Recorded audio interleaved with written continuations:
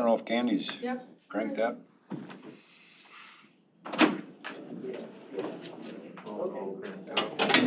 Phone's going.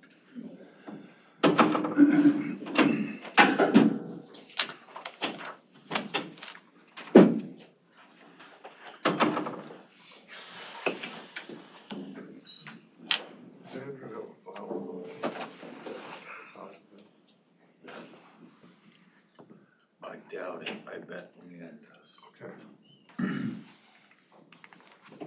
Okay, let's stand for the pledge of allegiance. I pledge Allegiance to the flag of the United States of America and to the republic for which it stands, one nation under God, indivisible, with liberty and justice for all. Okay, let the record show all members are present.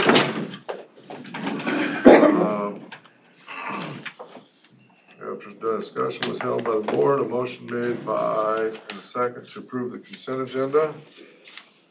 So moved. Second. Supervisor Schultz. Supervisor Shea. Any discussion?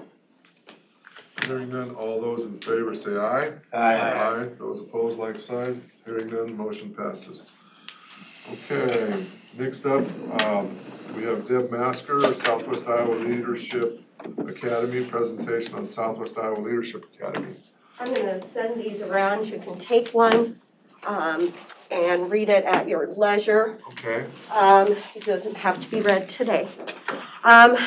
About 4 years ago, I came and did a presentation and asked for some financial support to keep the Leadership Academy going, and guess what? I'm back again. This is our 32nd year that we have had our Leadership Academy. Yes, we even did it last August in the middle of COVID, and everybody stayed safe, and we had a great week. We did not do the overnight camp, and again, we are not doing the overnight camp again this year because of the pandemic. We will be at Lewis Central from June 15th to June 18th because Iowa School for the Deaf is still not allowing outsiders on campus. So my purpose today, and I don't know how to run. You want to overhead? Yes. Oh. That's okay. You're fine.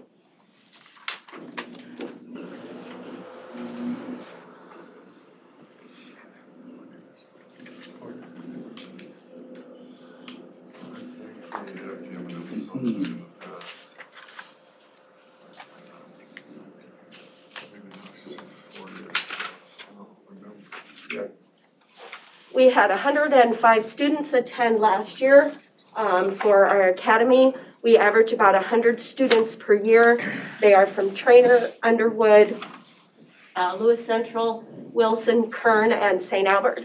Whenever possible, excuse me, we include those children from Iowa School for the Deaf. But they've not had kids in those grade levels the last 2 years. We have about 3,000 graduates since 1989, and we want to continue this program into the future. I am stepping back as the camp director, but they told me I'm still in charge of money, so I guess that will be whatever my title is now. But we want to keep offering this program for our middle school students.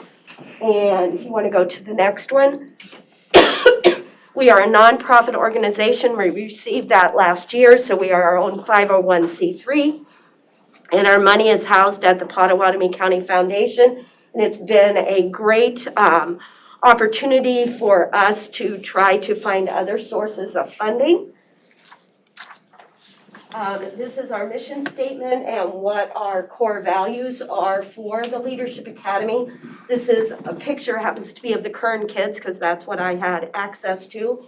They ran our food drive back in the fall, or in November and December, and we raised about $800 for the Care and Share House with the penny war. I don't want to see pennies again for a long time, but it was very successful. Okay, if you could go to the next one. These are our kids helping to clean up campus. They do a variety of things throughout the year. Of course, this year it's been a little limited due to the COVID situation, but we continue to do everything that we can. Our kids have currently planned a fundraising drive for our administrative assistant, Jolene Hansen, and her family. Owen was injured in a snowboarding accident. You might have heard about that. He's currently in Madonna rehab. So we are going to try to raise $4,500 for their family to help them with access to a different home and for their ongoing expenses getting back and forth to Lincoln. And our camp Tuesday is we build unity within the base groups, and then they spend the afternoon doing team building activities outside. We bring our sophomores back that went to leadership to run those activities. It's a great leadership experience for the sophomores. They do a tremendous job, and we couldn't do it without them. Wednesday, we talk about leadership styles, do a program called Real Colors. The kids identify with a certain color, and it helps them understand how their families work, how their friends work. We spend the rest of the day looking at communication skills and how do we communicate with each other and some more team type of activities. On Thursday, we do problem solving. We have business speakers from our community come in and present and bring a problem that the kids have to solve. We have any people from Union Pacific, Iowa State Extension. Kelsey Whalen is one of our local veterinarians. She comes in. We have 10 different experiences for the kids. Last year, we remoted out to the Carolina Panthers. And Emily Wingfield, who is a graduate of our program, works for the Carolina Panthers. So we remoted out, and she did a presentation, which was amazing. It's fun to see our graduates come back and be a part of our program. We do service learning in the afternoon. We will hopefully go to 10 different sites to do service learning in June. And then Friday, we focus on goal setting, wrapping up our camp, and what are the plans for the next school year. I just have a list there of the people who came last year as part of our business speakers, and they're also in the information that I provided for you. And one more. Is it not going? And these are some of the places that we are planning on going for in June for our service learning. And of course, obviously, why am I here today? We have been totally self-supporting since 2015. We have a glimmer of hope on the horizon that we might be able to apply for an Iowa West grant. Again, I said a glimmer. It's not a full-fledged ray of hope, but it's a glimmer. If we are able to go back through the Green Hills Area Education Agency, I've been working with Tim Hamilton at Council Bluffs Schools on the prospect of doing this. When they discontinued their funding, we were down to a 1-to-1 match. I'm not sure if that will even be available anymore.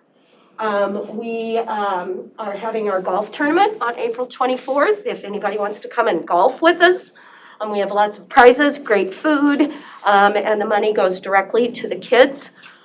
We are still looking for hole sponsors and a fairway sponsor if people are interested. And last year, we did a Facebook fundraiser, which raised about $2,000. We'll be doing that again. Omaha Gives is no longer around. And so last year, we raised about $1,000 from that, so we'll have to try to recoup those funds in another way.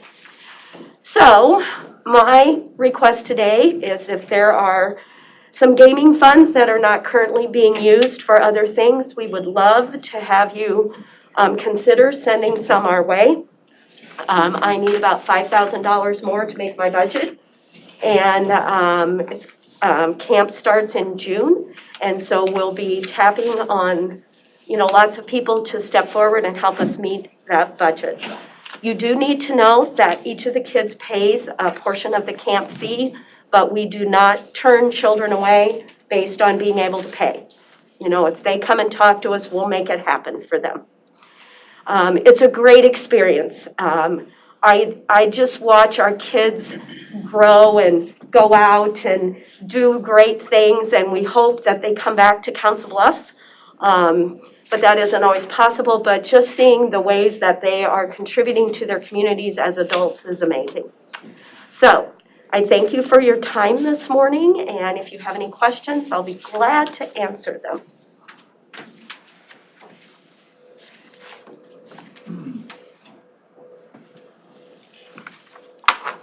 Before I leave, I want to thank Mr. Wyatt and his group for all the vaccinations. I was one of those teachers that got to go in, so I appreciate that. Well, Deb, thank you for your information and such. I'm trying to recall in the past where, It was a one-time donation 4 years ago. it's for $5,000. It was for $5,000, and it was split between 2 physical years, I believe. And it was 5 years ago? I think, or 4, maybe 4. It would have been 5. 5. And we split it between 2 fiscal years? Yeah, Yes. you give her $2,500 each year out of the gaming fund. Okay. On the agenda, it said, discussion only, no action taken. I'm not sure. Did you have this placed on the agenda, Matt? Do you know? I did not. Oh. I did. Oh, you did? Mhm. Okay. So it's a point of information. If you think it's something that you can do, we would be eternally grateful. These kids are amazing, and they go on and do amazing things, and I can't think of a better investment in money than in our youth. Yes, yeah, I would agree, What was your deadline on this again? that was a- Deadline is June 15th. That's the start of camp. If you're interested in the golf tournament, that's the 24th. That's coming up here. I just brought that along as a point of information. I am not a golfer. I'm just in charge of the food and the prizes. But if you're a golfer and you would like to come participate, we would love to have you.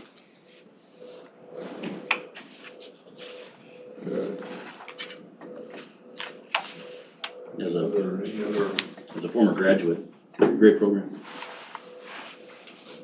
wow, good testimonial. Thank you. What year did you go, or do you remember? It'd have been like 98, 99. Okay. somewhere. That's before my time. I came on in 2005, I think. We place this on next week's agenda. Yeah. Well, yeah, I think we need to do some homework. I think it's a worthy cause. There's still that question of donating public funds to nonprofits. Well, we, The state auditor, if you have some sort of, and we don't have any guidance yet from them on whether there's some sort of written agreement, or does it have to be a 28E? And it's well, the reason we went to a 501c3 was so that we could apply for other grants. yeah. And the money has been housed originally at Green Hills AEA, and then, of course, we didn't receive the funding, so then it went to the Council Bluffs Education Foundation, and then we went to TS Bank Foundation, and now we're at the Potawatomi County Foundation. Well, our state auditor thinks he's a superhero, so we need to Okay, review, make sure we can actually do it. sure. He's, And we can he do put it, some but how? audits out last year that conflicts with a lot of what we've done in the past, and so Sure. we gotta verify whether we can or not. Sure, and I appreciate that. Can we go through a different agency?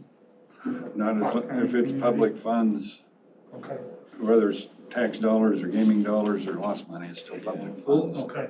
We just gotta get some clarification from So if I understood that a little bit, which I don't, but, so if we were to give it to another public entity such as, let's just say, Pot County well, Community Foundation. no, another public such as a school or a city or a township, that's okay?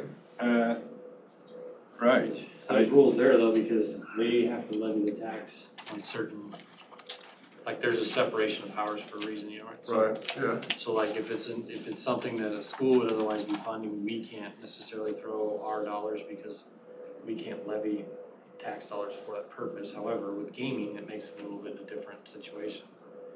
So Yeah, but it depends on Still what. public use funds. Depends on what, yeah, it's still public dollars, public funds, regardless of where we get it. Yeah. Well, I'll let the people that anyway. are way smarter than I am figure that out if it works out. Thank you for your time today. I No, thank appreciate you you. putting me on the agenda. Yep, And if you want to come and visit while we're at Lewis Central, the 15th through the 18th from 8 to 5, please come. If anybody wants to volunteer to be a business speaker, let me know. We'll put you to work. Thank you very much. Thank you. Thank you. Thanks for your efforts. Thanks, Deb. Take care. Do we expect any kind of answer in the near future on this kind of situationally, anything? Not that I'm aware of, Okay, and it's possible, she said that the funds used to be housed with the Area Education Association. It's possible, I don't know the timing of it, but maybe at the time that you did make a donation, that's where the money was going, was to that, which would be considered another public entity. But it is clear that we can't just give funds to a nonprofit, no matter how worthy the cause. it may have been to, I'm gonna guess, I don't know that 5 years ago. I hate to have someone say what I was doing it. Yeah, well, every county's been doing it for years, and then all of a sudden we find out that. Right, I'm guessing it We're not was supposed to, I'm guessing it was the Green Hills AEA 5 years ago.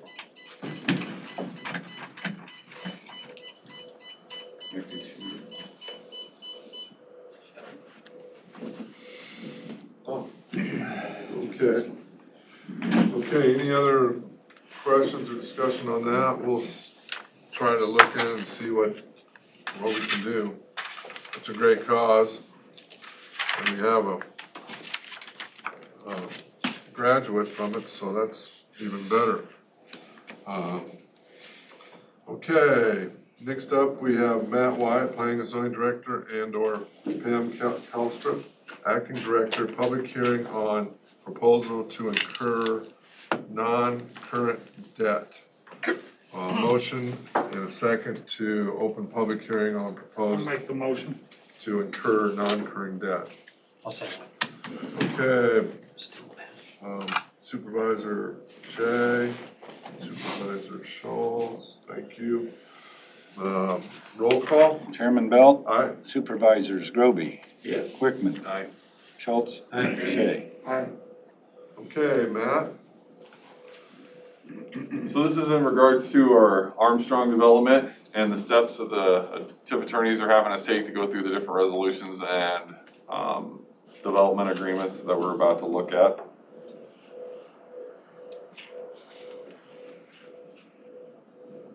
And this was what did I see, $500?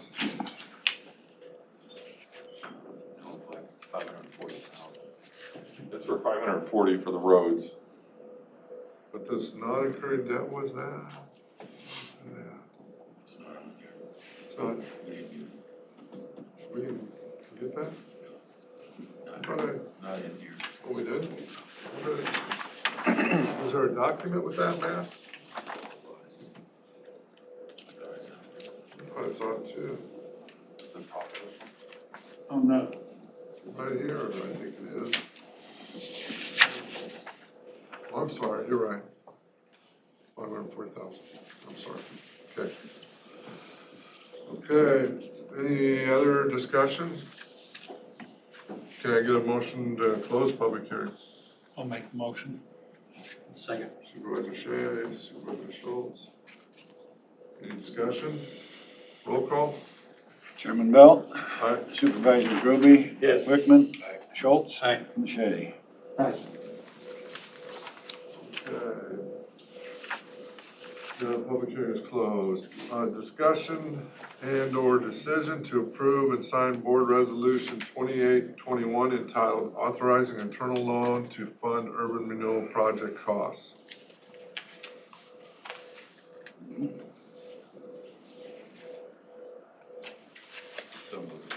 Motion, I'll second. Supervisor Wickman, second Supervisor Schultz. Discussion? So we'll be funding the road improvement project out of the Potawatomi County, the impact fund piece of it that was set up. That was recommended to us by Maggie from Spear Financial, just based on the amount of it, the bonding of it, it really seemed like a feasible thing to do. So we'll utilize that impact fund, and as it gets paid back, it's gonna get paid back with an interest rate on it, so it will gain a little bit. We'll be able to pay ourselves back a little bit more and grow it some to help out with future projects in the county.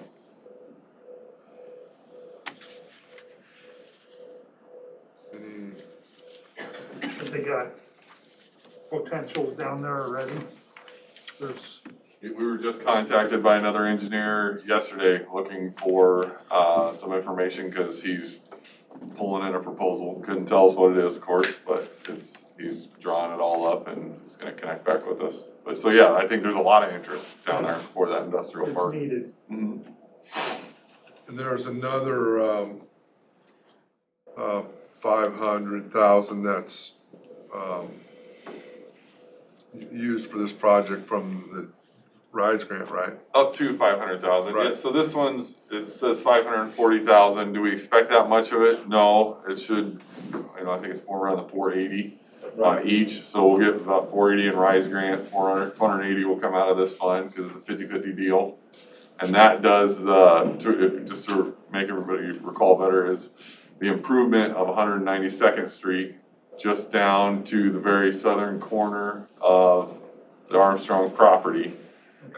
And then the internal road structure in the development as well, so. Any other discussion? Okay, hearing none, roll call. Chairman Bell. Aye. Supervisors Wickman. Groby. Schultz. And Shay. Okay. Public hearing on proposed amendment development agreement with Armstrong LLC. So moved. Second. This is I'm missing something a here. motion by Wickman, 3. public hearing, second by Supervisor Schultz, correct? Yep. Okay, roll call. Did you find it, Melvin? Yeah, I was, This is for. who This seconded is that? public hearing. Brian, who seconded that? Schultz. I did, sorry. All right. Yeah. Chairman Bell. Aye. Supervisors Groby. Aye. Wickman. Schultz. Aye. Did I get a Wickman? Yeah, aye. And then Shay. Okay. Anything on here, Matt, you want to, So the amended developers agreement was, should have been supplied to you in your packet there. Yeah. It's a long document. They gave us a comparison document to highlight some of the changes that they put in there. The beginning pages of it are more, from my review of them, is they're, differing attorneys' points of view on what they like clarified in it as far as definitions and those parts to it. The biggest point behind this is the ability for us to utilize some of those TIF dollars that we're gonna have to reimburse Mr. Armstrong for the installation of the water line that he's going to install in that property. Now, the majority of the way the repayment structure of it will work is that the county gets paid back first from the loan agreement that we just spoke of.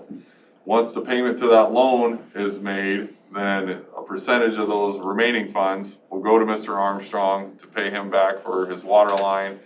And then the residual of that will again come back to the loan. And that will happen each year until the loan's repaid back and then Mr. Armstrong's paid back. How long's the loan for, Matt? We have it set up for 10 right now. without knowing, what the rules will be on the different buckets of money, is there probably a potential, this has you as signing on it, Justin. This has Justin as, have him on here too. No, I guess not.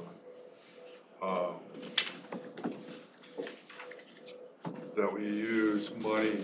And then what was the other part of the agreement? So if the city runs,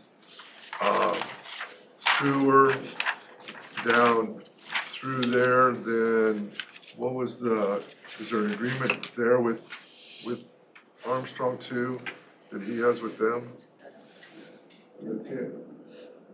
That was the annexation agreement that was with the city of Council Bluffs on Okay, if they were to run sewer down into that area, that they would be annexed in, that they would know they're getting annexed into the city of Council Bluffs. he would be annexed in. Yes. And then does he have a certain amount of time to hook up to the sewer then too, then at that point? I don't know the amount, I don't think so. I think you're gonna hook onto the sewer when it comes available. Pardon? I think that they're gonna hook them onto the sewer when it becomes available. Well, they're putting in septics now though, right? Don't they? Correct. Because there is no sewer in that area. Right, wouldn't they have to give those people some time to hook onto those sewers? So would the annexation come, So they could probably, so the town, there's people on septics in Council Bluffs right now. right. And when sewer becomes available within 200 feet of a property, and say that septic then fails, You know, then they have to- they're supposed to connect them onto the sewer. The style of septics that they're gonna have to put in that area, it could be years before any of those were to go bad. Okay. The point of, like, the 2-mile agreement that we're looking at right now is to really refocus attention and not have sewer being the driving factor towards our development policies that it has been in years past. Oh, okay. Are they getting water then too, or are they just running wells? They're gonna have water. That's the amended piece of this, is that there was always an intention to run water into that development and service them off of water that allows them to have the 1-acre lots. Right. This is just the ability to be able to rebate back to him the cost of that water line. Yeah, they may run some water and sewer someplace, I'm not sure what they're gonna get a pretty good chunk of money, and sounds like that's some of the stuff you can use it for, so I'm sure they're gonna look at doing that. That came out after we'd already been working on this development. Right, yeah, no doubt about it. Okay, any other questions for Matt? Yeah, Matt, on, let's see, let me find it again here.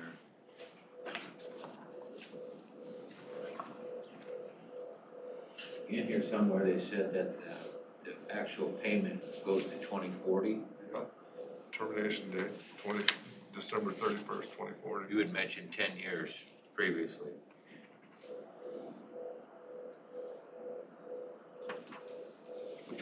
Which one would it be?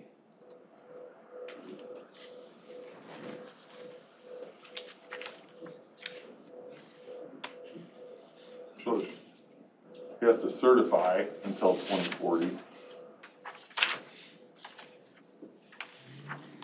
Where's you at?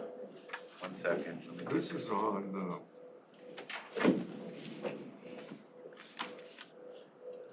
what is this?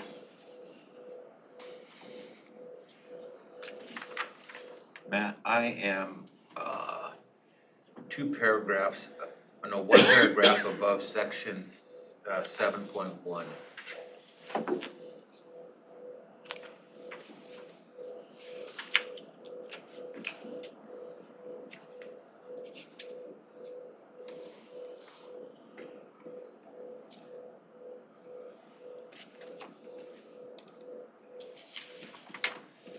That's the certification of those businesses.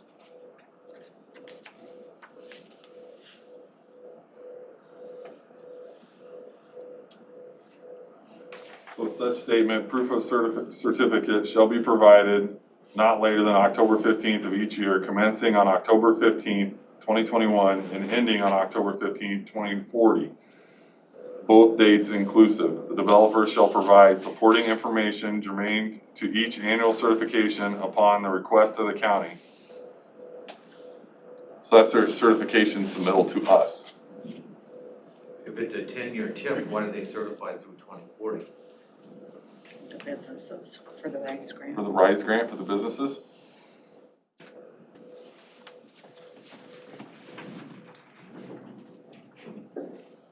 want us to verify that date with them? I'd feel more comfortable if you did that. So, well, is the RISE grant good through that date? Is that what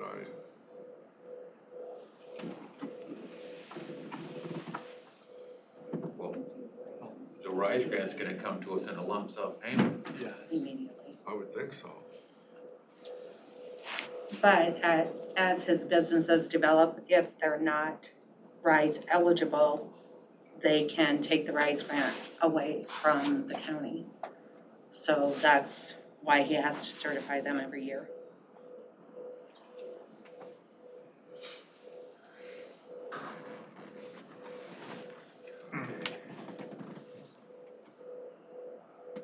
I mean, it's just a certification of the jobs that they created down there. Like I said, we'll verify those dates with the attorney.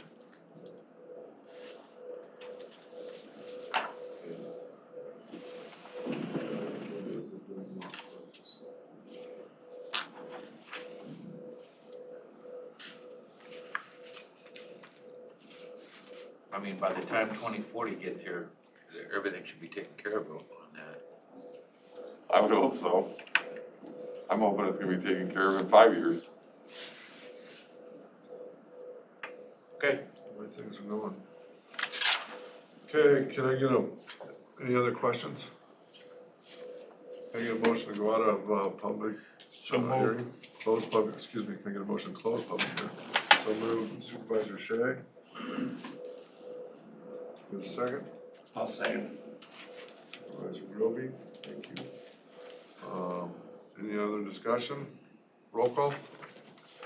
Chairman Bill? Aye. Supervisors Groby? Aye. Wickman? Aye. Schultz? Aye. And Shay. Aye.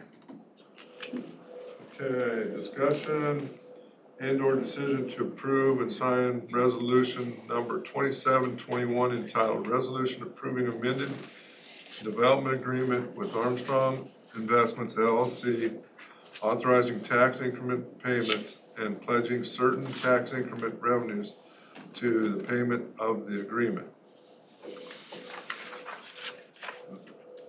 Man, do you feel comfortable moving forward with that? I do, yes. You'll get back to us on the dates? Yeah, I can let you know on the date. I'll make a motion to move forward. Motion by Supervisor Schultz. I get a second. Sure. Second, Supervisor Wickman. And, You sure that ain't to do with the tip, right? Going to 40. The amount of TIF that we're utilizing on this project is so small. Okay. It's gonna be, you know, the whole arrangement of this thing was to set it up to where we already knew that there was 4 businesses that are gonna jump in there right away. Right. The goal is to have it paid off within, 5 years, have that internal loan paid back to us and on to the next project. So even the city when we signed the joint agreement with the city of Council Bluffs, they limited the amount of TIF that we could get from this project so much. And it's only, it's limited to just that property. It's not a long, extensive thing that's gonna be stretched out over a number of years and funds taken to different areas. I mean, it's just right there. So we'll utilize it and it'll be done. All right. I'm comfortable. Other questions? Okay, roll call? Chairman Bell? Aye. Supervisors Wickman? Groby? Aye. Schultz? Aye. Shay. Aye. Okay, Lee Voss, treasurer. Discussion and/or decision to approve and sign resolution number 2621 entitled Adoption of Intergovernmental Agreement Creating the Iowa County Treasurers E-Government Alliance. Okay, is a motion? You wanna know what it's all about? Yeah, well, I do. Would that help? We have been with the same online company, which is Iowa Tax and Tags, and Polk County governs that. There used to be one entity, and then there was a cat fight, or discussions weren't the same. So 11 counties went with one group and 88 went with another. As the years progress, Polk County has always taken, all the, they've hired people, they've done everything. We never earn interest or anything on our monies that we use online. They, set the fees, we go through another company. I've been talking to this other group. Clayton County left ITAT and went to Iowa Treasures last year. And the fees for our customers through this other company are less. We would build interest. I'm all about making money. We would build interest if we went with this other company instead of, we receive no interest from Polk because that's how they get their mainframe and everything going and running. So there's different incentives with this other group that, customers can set up payments that they can make on their taxes, because I get asked that many times, can we make payments periodically through the year? Right now, they can send a check into us, but they can't go online and set up something so they can make payments. If there's no bills out there or no taxes due, they can't make a payment. So I think that's a plus, because some people just want to budget their money and they want to pay it certain, times. They can save their bank account money. The difference between a debit card with this other group, they only charge $2.25. With ITAT, they charge $4.25. So, there's a savings right there. We get a certain percentage on the interest. My online, I want to say for 1 year, could have been close, it was in the millions of people using that. So if we would earn some interest, I think it is better. Polk County, the county treasurer passed away unexpectedly 2 months ago, and they have a new person that's in charge, and I don't know what's going to go on, but I think it would be a better opportunity for our county to, change. What kind of money, what kind of interest do you think it'll be? Just ballpark, wild guess. Well, who knows what the interest is, for that. Right. I don't know, you're talking, tens of thousands maybe. I'm not sure, for a year. I mean, it's a year, and I thought it said like some in the millions of people have paid online, and before, Polk County would hold our money for 10 days before they would distribute it to us. This company, or the Iowa Treasures, they only hold it for 3 days, and then they send it to us. So, there's a discrepancy there of that too. So I just need a signature so I can go forward and do this. So you get a settlement every 3 days, business days, I take it, with this new group. Right, they don't hold any money, and Polk County would, when I get the big CoreLogics and all the mortgage companies and everything, the 6 million, 9 million, whatever, they would hold it for 10 days before they would distribute it to me by the time they balance their books. Okay. And I would not receive any interest out of that, at all. So, I got just a couple more questions. Okay. So is there an agreement somewhere with Polk County then? Yes. Are we, or I guess, are you terminating that then? Yes. Okay. And then, And I have to write them a letter. And I have my expert witness here that went through all this. That went through this. And, I have to send them a letter saying that I am, ending the contract. a clean cut so that you're settled up. And that's what Clayton County did. They sent letter, and we go with a credit card company called FIS, but when she sent letters to the credit card company too, they said, well, the contract is not with you, it's with Polk County. So really, we just have our contract with Polk County that would end. And then this new group, the Alliance, Treasures Alliance, is that? It's called Iced Tea, to make it easier. Iced Tea. Uh-huh. It says, on the agreement I'm looking at, it says the county treasures for counties of Carroll, Dubuque, and Washington in the state of Iowa. But you said there's 88 Yes. counties, right? Oh, there's 89 now, yes. 89? Yeah. Okay. Is this the same, I guess, 2080 agreement everybody else is Yeah. signed on to? Is That's that what they the sent deal me, is? yes, and they need to change, and I noticed that because on the first page, you know, Peg Whittle left as the county treasurer some time ago, but our agreement with ITAT was signed in 2010 or 12, and Judy signed it. You know, they never updated that when she passed away, so. Okay. Okay. Well, I think you're probably accurate in that you're gonna see more people wanting to do business on with you, and e-government's probably the proper term, I guess. And, giving them as much options and us being able to do it as reasonable as we can is probably the best way to go, so, I think. Well, I just think, and I'm sure, you know, it's whatever, like, you know, Polk County, when they want to really put an enhancement in, we'll do it. This is, you know, everybody's there as their own person, and, you know, I don't know, I sent a couple notes to different treasurers that were on this group, you know, and, you know, just the different things that, you know, you can make an enhancement and it'll be looked at, you know, sooner than the other. So does it require software changes down there, or what? It's all through Tyler, and they just flick a switch that instead of going to ITAT, I'm going to Iowa Treasures. Wow. So, Tyler. yeah, well, hopefully, okay. Okay. Wait a minute, let me back up, let me back up. It's gonna be smooth July 1st, right? Okay. And that's when my projected time is, so I can, my statements and Sure. everything, I just, you know, need. Okay. Thank you. I think we have some other questions for you.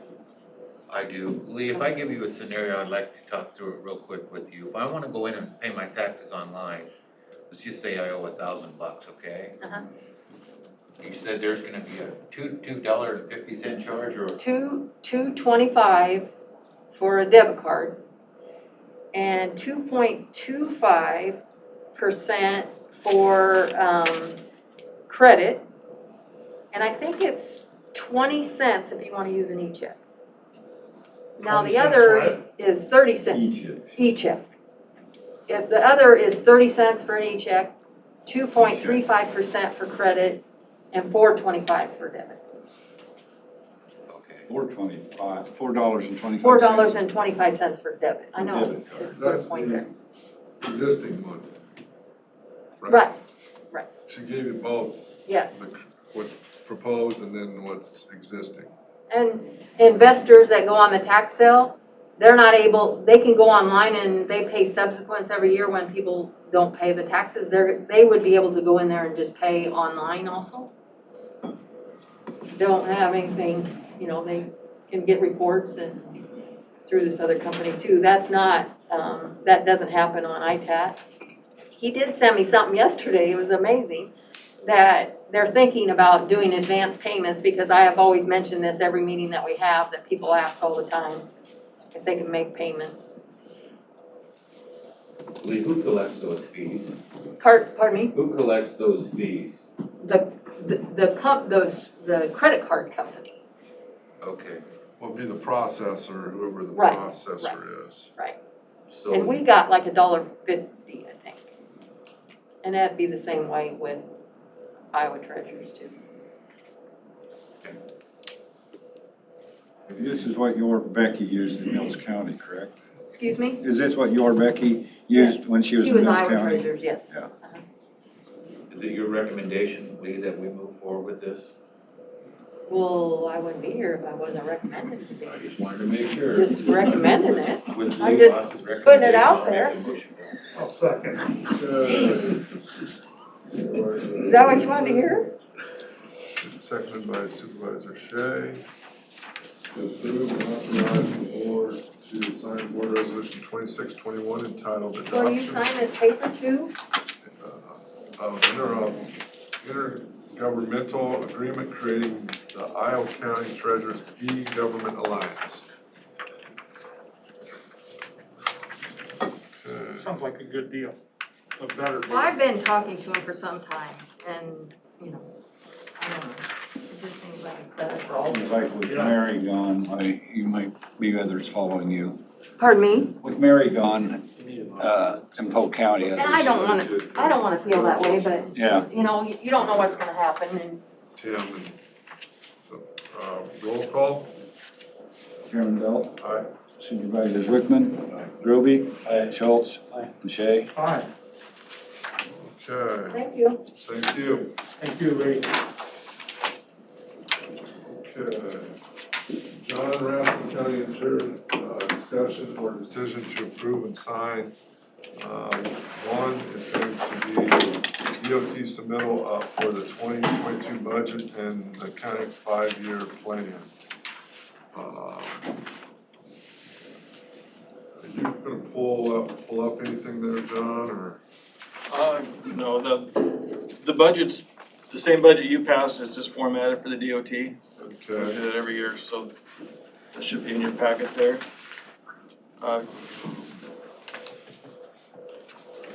So, I just wanna make sure on page 2 of this, a bigger paper, it says, 240th Street paving, and then those numbers off to the side, are those in millions? Yes, they are. Okay, So on the 240th Street, I programmed it in 22, 5 million local funds. right, I don't know what those local funds are exactly, but it's programmed. okay. And then if I go down to the,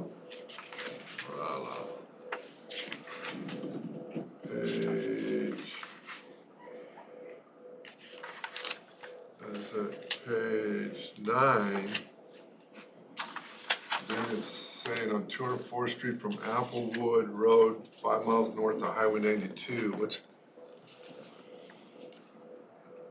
on 240th Street. Well, he's got 20. That's a paving point, so when you pave a road, I have to do a calculation for the DOT, so that's to the paving points on that, Okay. so we'll have to do a resolution somewhere along the line on this as well. Pardon? We'll have to do a resolution on the surface type and the paving points. Okay, and then it has a total of 56. Oh, so is that 56,000 or? That's the paving points, so you have to be above 50 on those. Oh, It's okay. about your detour length and traffic counts, and there's a formula that works up to score that, so Okay, they take that score up front to let me program it. okay. Well, you got a question? Well, I'm just, is this locking us into something, like we can't change any of our 5-year plan? Is that? No, you can amend this plan anytime. I just put it in now to save us from amendment, so if it's in there, then if it slides a year, that's fine, if it moves, I mean, is this your way of getting 240th on there? yeah. Well, I think, and I think it's probably an opportunity for us in the near future to sit and have a discussion with John on these projects and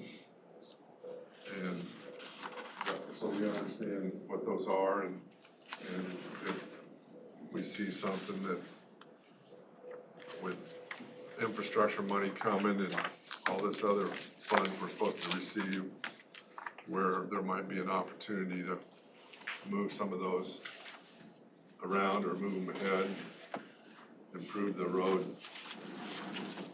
infrastructure in Pot County or the drainage or whatever it may be, So I can't let a contract over 94,000 without it being in this plan for construction. I can do maintenance, but I can't do a new, 94,000 is the 94 is my limit? limit this year anyway. Okay. And other new projects that came in there, we're doing some work in Underwood there, G30, really rough there by the truck stop on the interstate ramp. And there's a bridge there that qualifies as well. So that moved into 22, then we got Old Moran Bridge Road there moving into 2026. So in 2022, it would just be the Graybill Creek, the Walnut Creek, those are bridge replacements, and 390th Street, James Bridge, I guess, replacement, Lawton Bridge replacement, and then the resurfacing of M47. Those projects have been in there for a couple of years now. Okay. But they're in, I mean, I guess if we get like the relief fund or whatever comes and we can use that on roads or whatever, we're gonna go back and revisit this, right? Right, we Is can that kinda open your this up. thought? It's harder to amend it than just put it in there and not do it. So kind of like 192nd Street, if we're gonna do the Cindy Axne thing. I needed to be in this program last year, then I needed to be in the MAPPA tip portion and all those other things that, if I have it in here, it's easier to move forward, but it doesn't necessarily obligate us to anything. Well, I'm not worried about, 240's happened, so I can get that in your head. But I guess what I'm more worried about is if we get these funds and we decide we wanna do some other surfacing and pave other roads or something like that, I wanna make sure that we're not limiting ourselves and saying, well, no, it's not on my 5-year plan, so we can't do that until 2026. No, you can amend this. It takes probably about a month to do it, but it can be amended. Okay. Hey, John, real quick, where's the Tornado Bridge at? That's a 245th. That's actually in this year's accomplishment, so. Is that an It'll old get wooden reprogrammed. bridge? Do what? Is that an old wooden bridge Yeah, now? the Brookback one. So we're getting right away in that one. We still don't have agreements on utilities, so. yeah. So will that happen this year? Probably not. Hopefully we get we might get a late fall letting on that. I just talked to him and told him that it probably wasn't gonna happen this year. Back to Mark. Yeah, and then I gave him the number for, was it Iowa Interstate, was it? Yeah. About a crossing they took out that he would like to have back. I don't know what they call them, farm crossings or something. Private crossing. So that if it happens next year, it would help him, but not going, I think he said 5 or 7 miles around to get to his land or whatever. Okay, so can I get a motion and a second to approve DOT submittal for the fiscal 2022 budget and county 5-year plan? Did you make the motion, Brian? Yeah. Thank you, Supervisor Shea. Get a second? I'll second. Thank you, Supervisor Grovey. Any other discussion? All those in favor say aye. Aye. Project plans for STBG-swap-CO78, parent 204, parent FG78, L66 paving from Highway 6 to G30.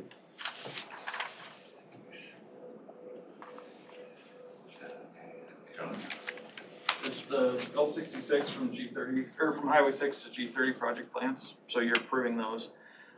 We're back to a July letting on those, so if we get those in. I also have a funding agreement to bring on that next week.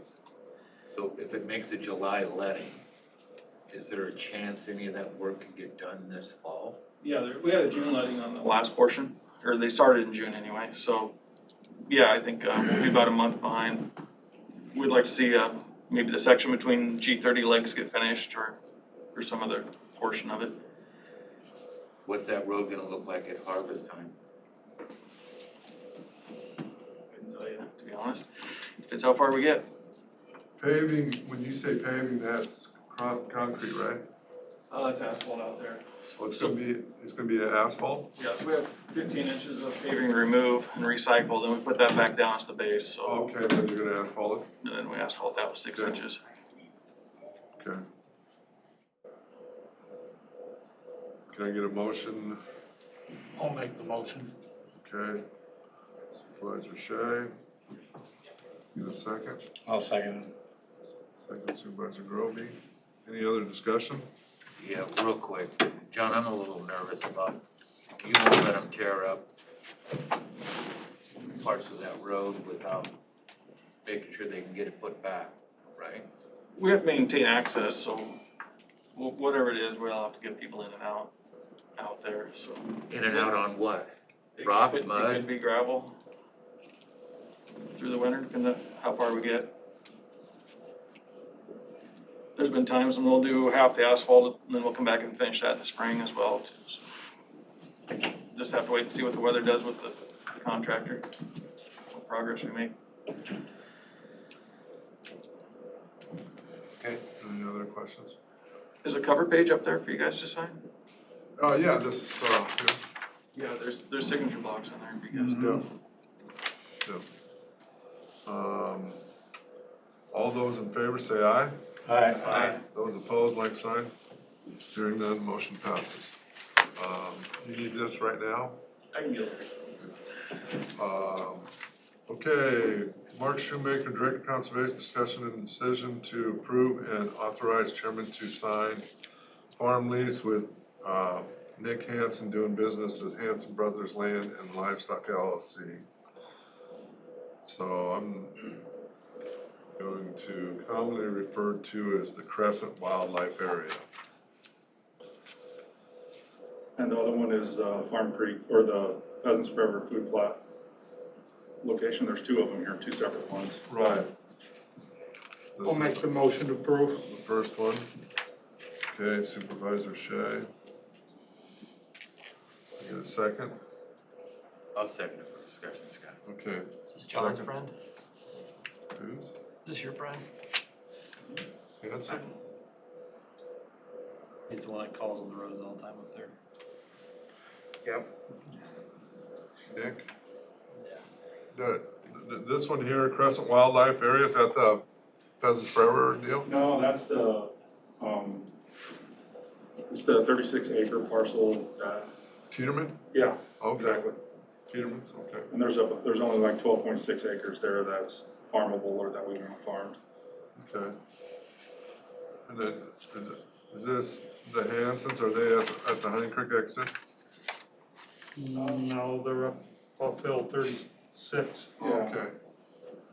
Who was farming it last year? No one.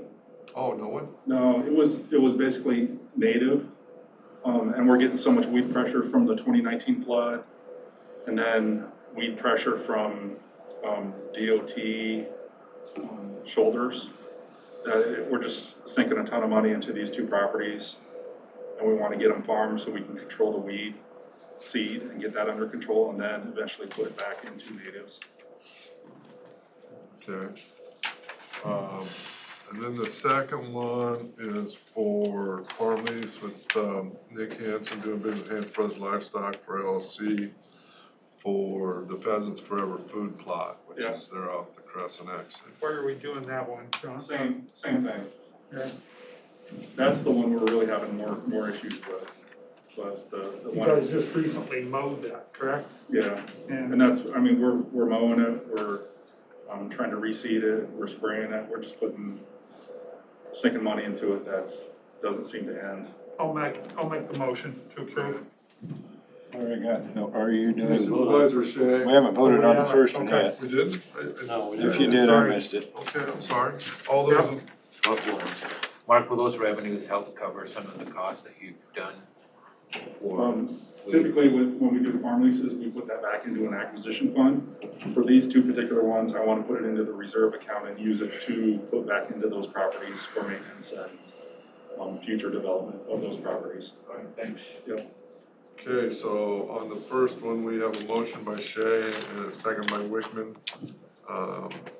No further discussion. This is Crescent Wildlife Area. All those in favor say aye. Aye. Those opposed, like sign. Wait a minute. We just approve item E. All right. Okay. Now, number Number two. 2, we have a motion by Shea and a second by Groby, and this is for the Pheasants Forever food plot. Any other discussion? All those in favor say aye. Aye. Aye. Those opposed, like sign. Hearing none, motion passes. Now we have Matt Wyatt, Director of Planning and Development, and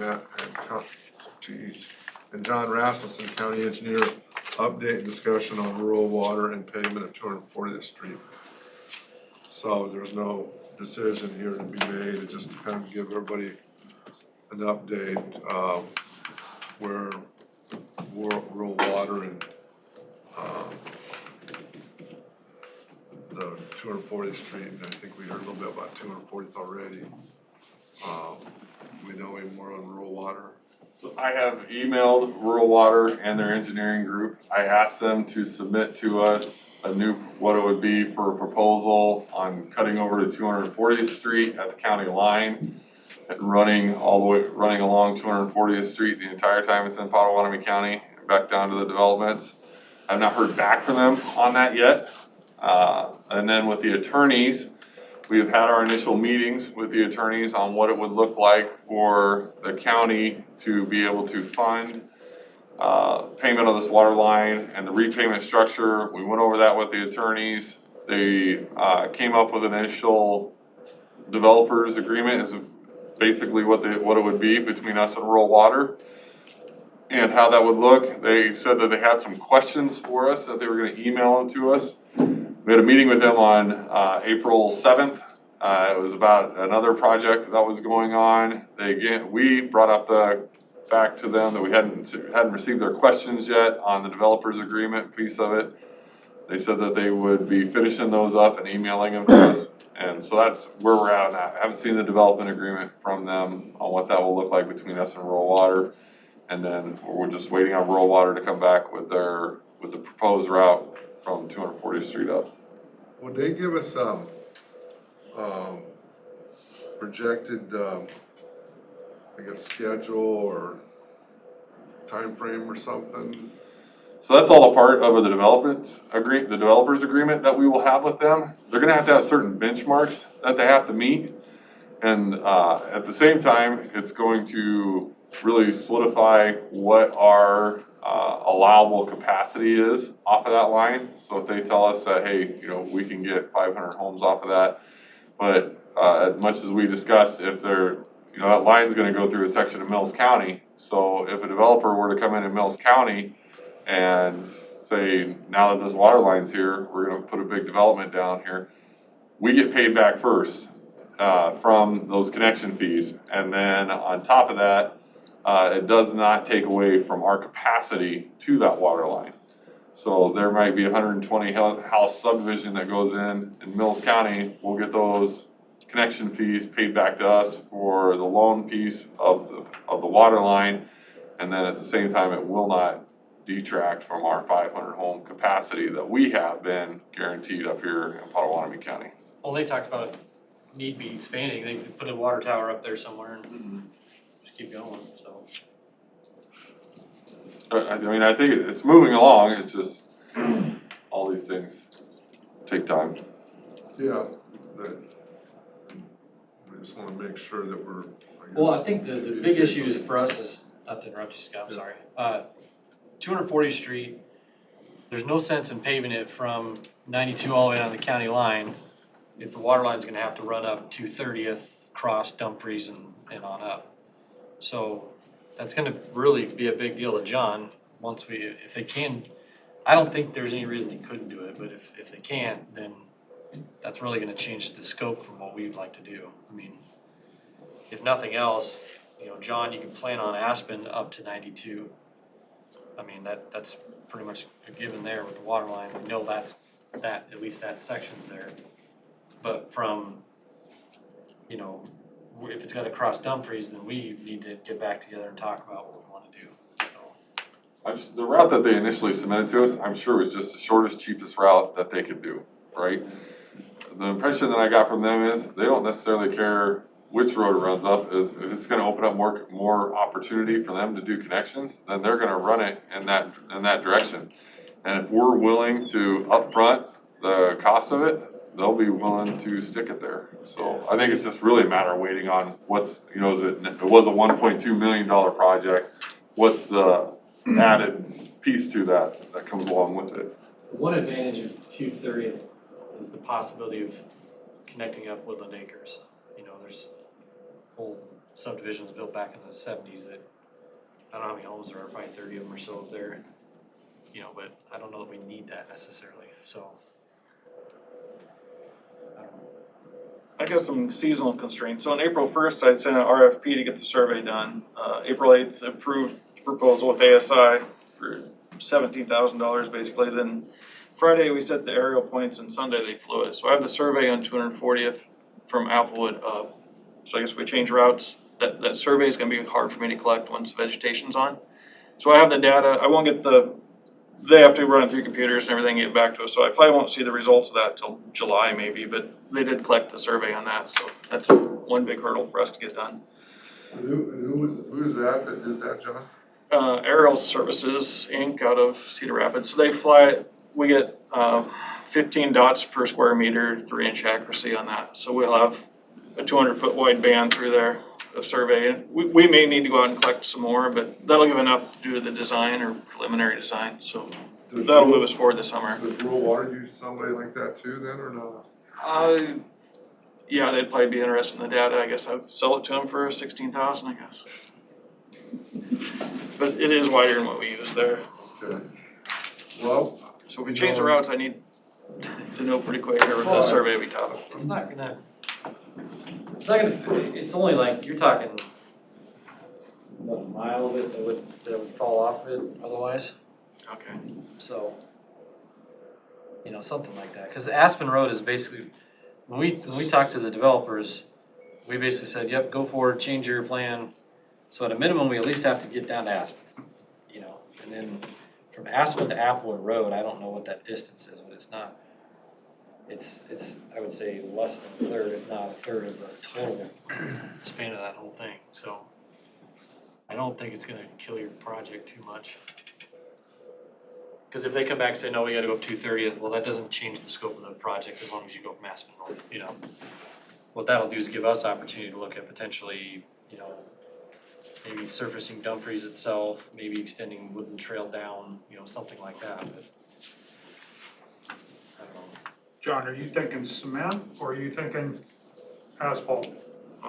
We've had so much better luck with asphalt than concrete, but probably go with asphalt would be probably my recommendation. We could let it as an alternative. They could win the bid and pave it in either one. I guess that's an option, but that's a little further down the road where we are now. I'm more worried about having to buy right away. This is probably the biggest concern right now. You're gonna add a year to the project if we have to condemn. So. Well, I'm not just asking the board, but do you think that we have Mitch here and have him kind of stay on top of this project so that we kind of can have these guys potentially come and give us updates all the time, that Mitch can kind of get the updates from them when they're available and stuff, or? Really like to work out the funding up ahead. I mean, we were finishing the 192nd funding today even, and I've had work under contract for 5 months already, so it's, which isn't terribly scary on 800,000, but if it's a $5 million project, then that's a pretty big risk. Right. Actually, I'm wrong, that's over half, isn't it? Matt, capacity of the water line is 500 homes? I just use that as an example. That was the guarantee to us. 800, Tim. What's that? That was their guarantee.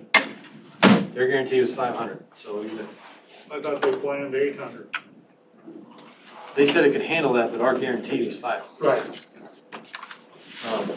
Okay, so John, I think this is Applewood. Yep. And then there's Aspen. So we at least need to get down to there.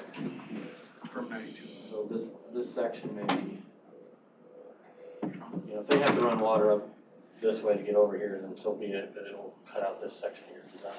But I don't know, that really won't matter, just keep it. I mean, down the road, we may look at doing that anyway. I mean, there's some potential out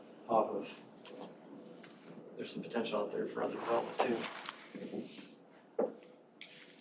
Chicken Farm Road.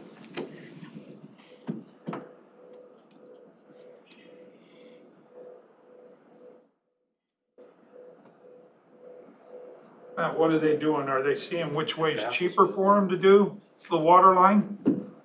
No, I'm sure, that's what they submitted to us the first time, because, I mean, they were looking at a project that we're funding, so they're gonna give us the most reasonable route, the shortest distance, less pipe, all of those pieces to it. So we've actually asked them for a little bit, I mean, it's gonna be more pipe, so it's gonna be a more expensive design that we're looking at now.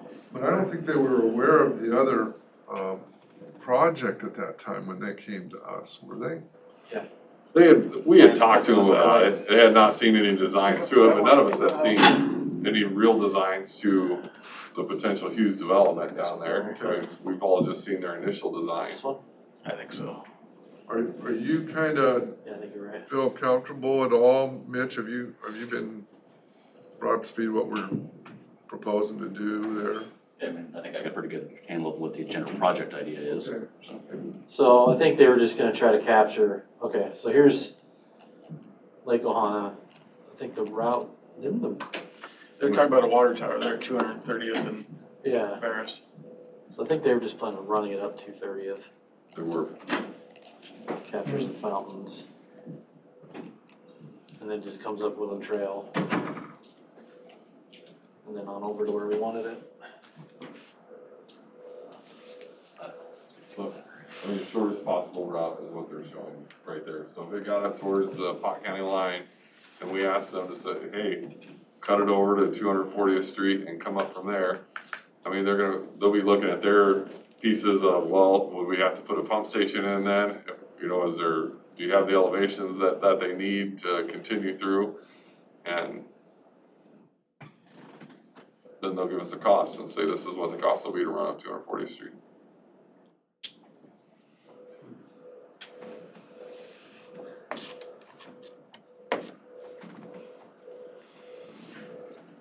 Okay. You think you'll hear back soon? I mean, have you? I do. Everybody's been fairly responsive on the project.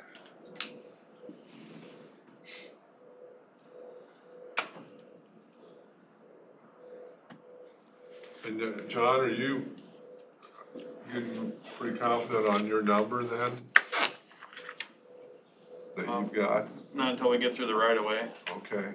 That's gonna be the tough one. Wow, even Google recognizes it.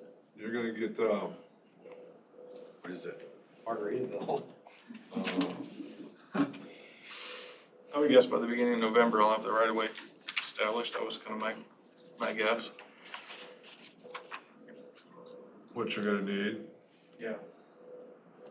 Then after that, we're gonna have a couple of the public hearings, I guess, to move forward after that. So is that road now an easement then? Yes. So will it become a non-easement road, if that's the proper term? We'll probably take the right of way by easement, the additional right of way. We'll keep, pardon? We'd probably take the additional right of way by easement as well. Okay, so the road will continue to be an easement, not any type of county road per se. Okay. Which road are you talking about? 240. Okay, oh, okay.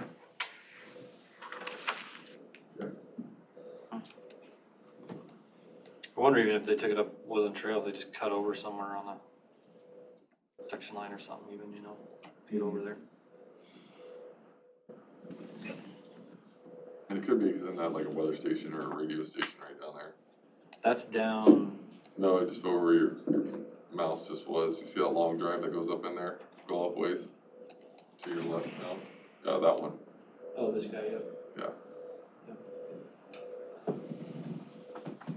We're looking for future development and they're looking for a cheap route. Well, if they take it up 230th and Pioneer Trail instead of straight up 240th, I don't see a reason why we pave 240th south of the development. No, yeah, you just get to Aspen and call it good. Yeah. What's the potential there though? I don't know, we'd have to look and try to get some idea from Matt Wyant. So, You know, I mean, what's the best way for development? Is it possible development better on 230th or 240th? you're almost talking the same thing in some ways because when that property sold in that auction, so this chunk down here, this little square area, that was also part of that. So it was all part of that big sale, and the two sisters held on to some of the chunks on 240th, but the rest was all sold. So either way, the development potential connects to both roads. I mean, the pieces of property that would ideally be for sale, for example.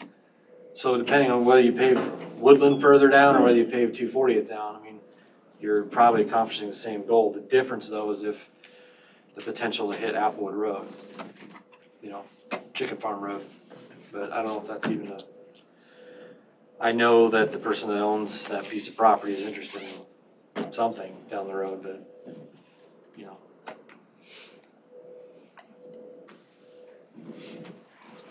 Well, I think we want to try to get them to go back to 92 if at all possible. The Easiest way for them. Yeah, the people that drive out of there, I mean, if they're not going down to the central area, they're gonna hit 92 and get out of there. Or, depending if they work south, they'll come, I don't know. Either way, we're fine, we just have to at least get to Aspen. I mean, that's your, at a minimum, you gotta get there, because we told the developer we would do that, so. Well, we just need to get the timelines for both the water and you're talking right here. the roads and stuff, and make sure we're, you know, trying to minimize as many hiccups as we can to keep the project going. Yeah, I mean, you know, if we pave down to there and Rural Water said that they would make it in time for Heartland Development started their construction of houses. So they'll be down there in spring of 22. Because the houses are already, I don't know, it sounds like from the housing studies I've seen, we're behind the 8-ball in houses in Pot County already.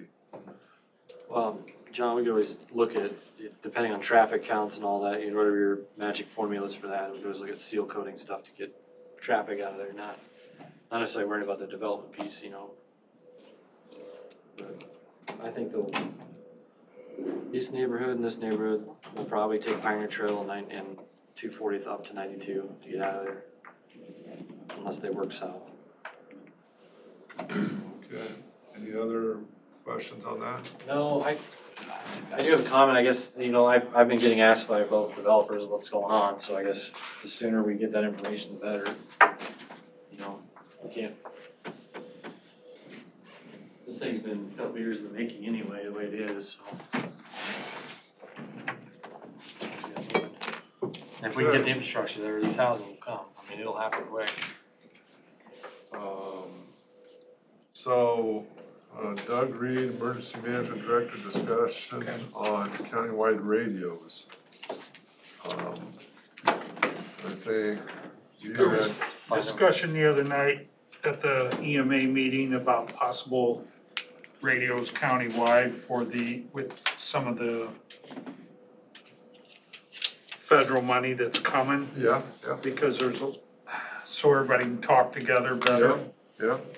That was a big deal. It was to the tune of $7.3 million between the city of Council Bluffs and the county. How So much? it's 7.3 million.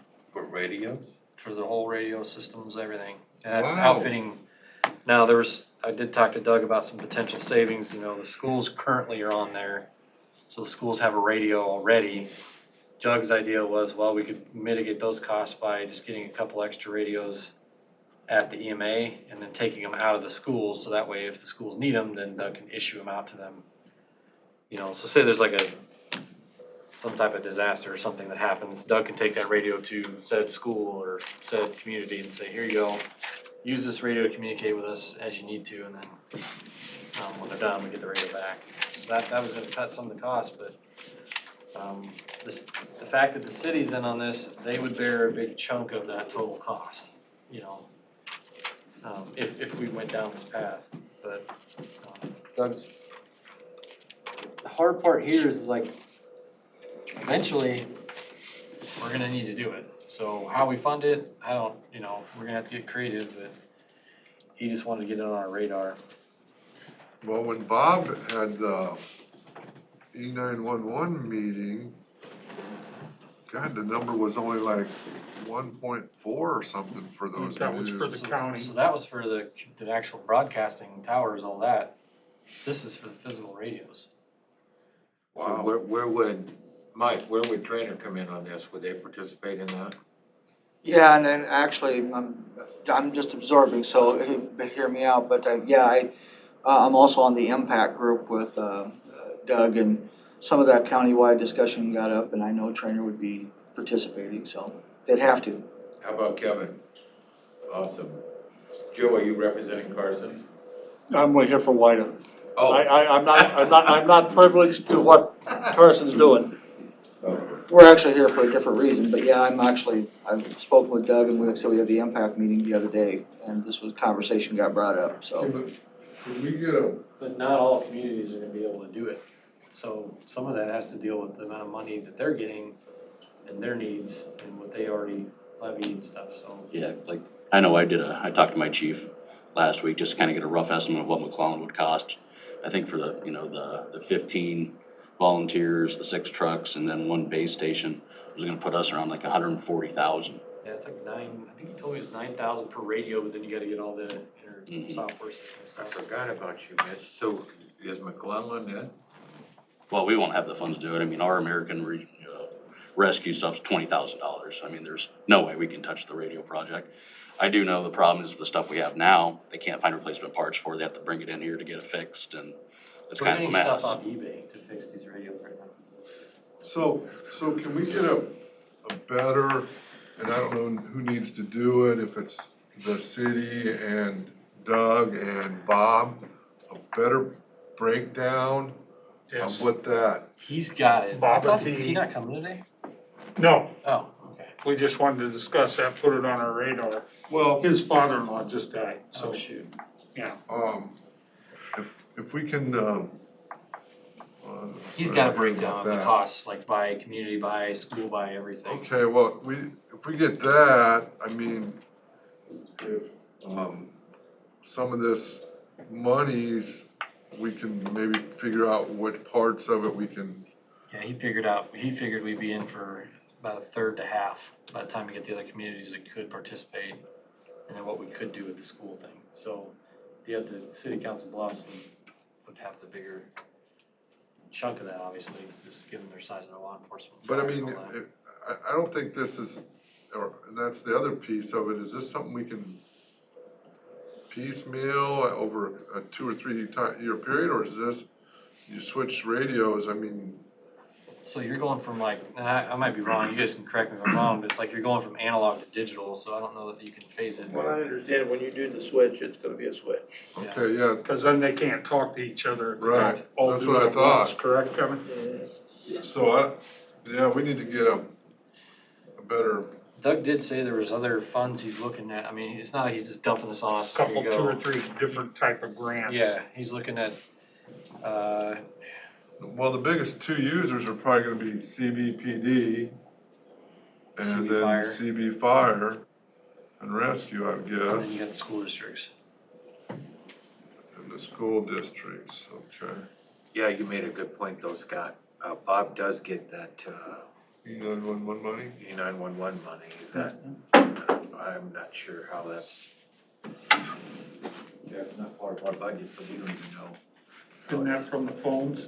Yeah, we don't even know how it's spent. Now, is the E911 board, but I don't serve on that. Who serves on that from the county? I do.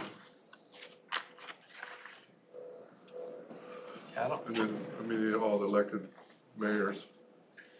he said he's looking at for some like, oh gosh darn it.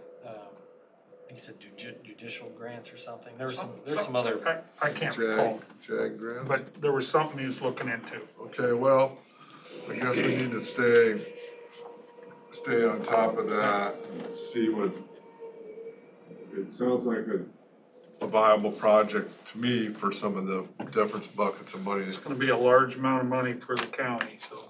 Well, I mean, we're gonna get 18 and the city's 22, so there's 40 million there. If this is Well, something. we gotta get the communities to commit too. That's Right. part of it. I mean, I'm not saying it's a problem. It's just they may not be in the financial situation that they can do it. Right. And we gotta be able to And then is it fair to McClellan to get theirs all paid for by the county and then, Minden not, So Right, no, that's gonna be a challenge for us to figure that out. There'll also be some discussion on the American recovery, the monies Right. that come out versus entitlement communities and non-entitlement communities. And there's a difference between and I was talking with Doug about this, Council Bluffs strings on that money are different than the communities that are out in rural Pot County.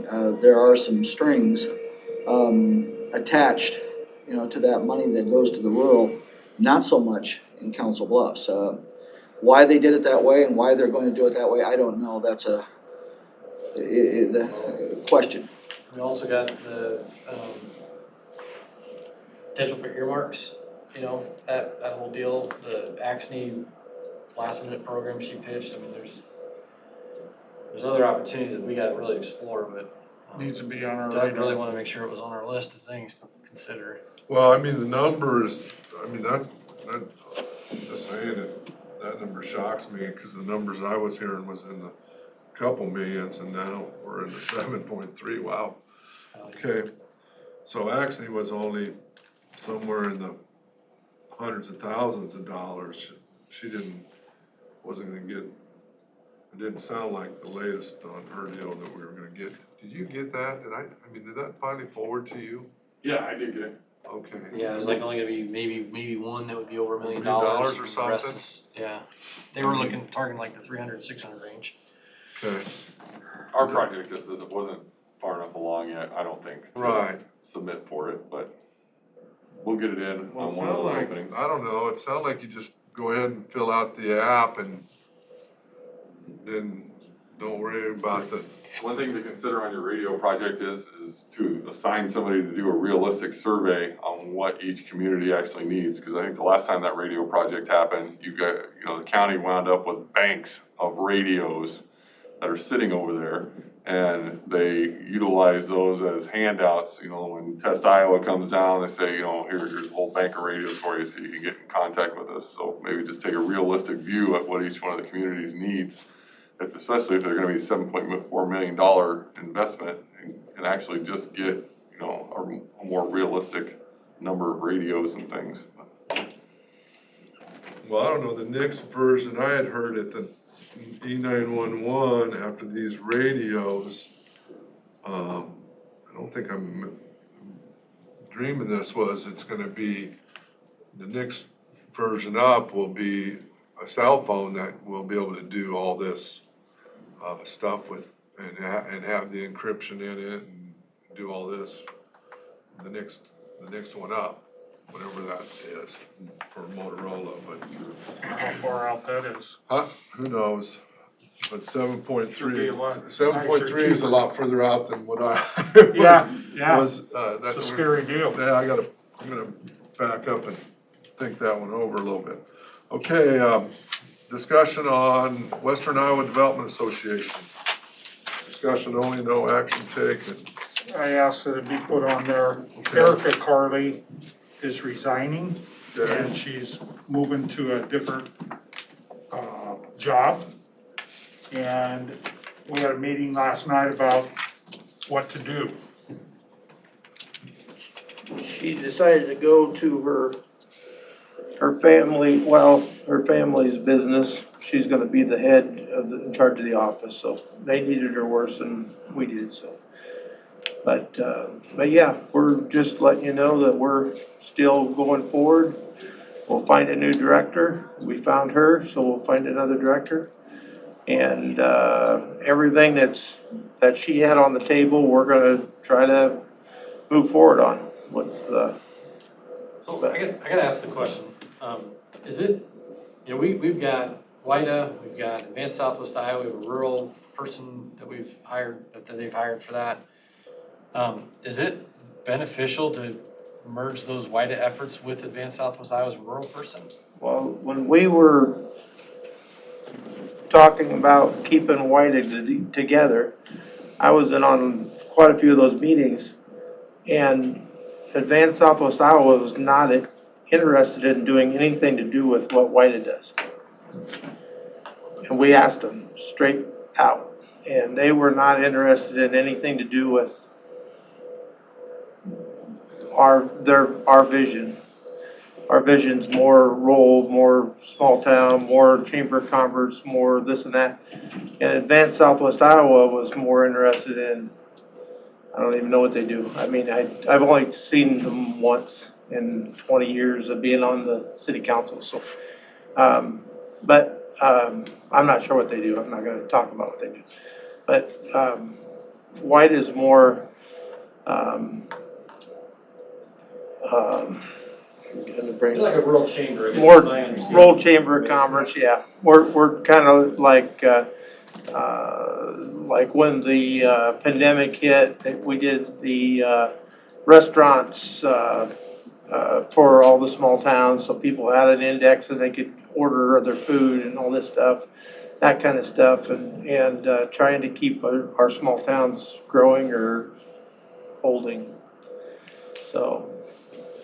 So I guess in your opinion, you want White to stick around, you guys want to keep White is what you're saying, or what do you? I think you have a separation of, as the new guy trying to absorb who does what. Advance, they do a wonderful job, and I can tell you as a person who's been just a little over a year and familiar with rural and the chamber type developments and the things that have happened, Shalimar has been very good. I've seen her 3 times. Erica in the process of WIDA and working with WIDA. I probably have worked with WIDA maybe 30, 35 times during the COVID time. Donna Dostal, and we worked with her maybe a couple of times. So there's a value in what they do, and I think that Advance is really truly sticking to the economic development traditional model.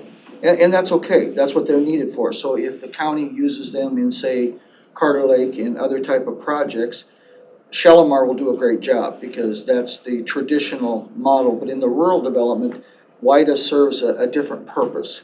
And I think that purpose is in self-promotion, promotion of the rural area. The board got together, Kevin is president, and I now serve as the vice president.